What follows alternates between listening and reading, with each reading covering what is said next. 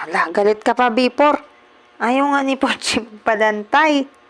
Aray ko, Pochi, ang sakit ng kuko mo, bebe. Ay, kakagatin mo pa si Mami. Papaluin kita. Yes, tinan niyo po si, may attitude talaga si Bipor, oh. Kasi naman, nauna si Tita Pochi dyan, eh. Nauna si Tita Pochi, eh. Saway ka, Bipor, eh. Ayan na.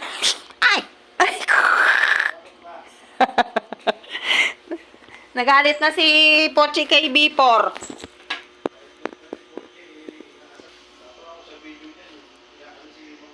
Paano ba namang hindi lumayo si Pochi sa kanya, siya pagalit eh. Solo na si Pochi.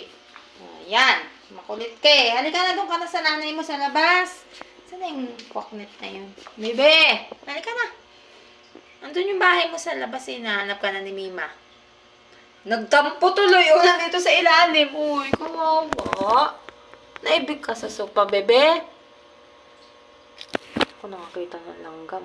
Langgam ba yan o ipis? Bebe.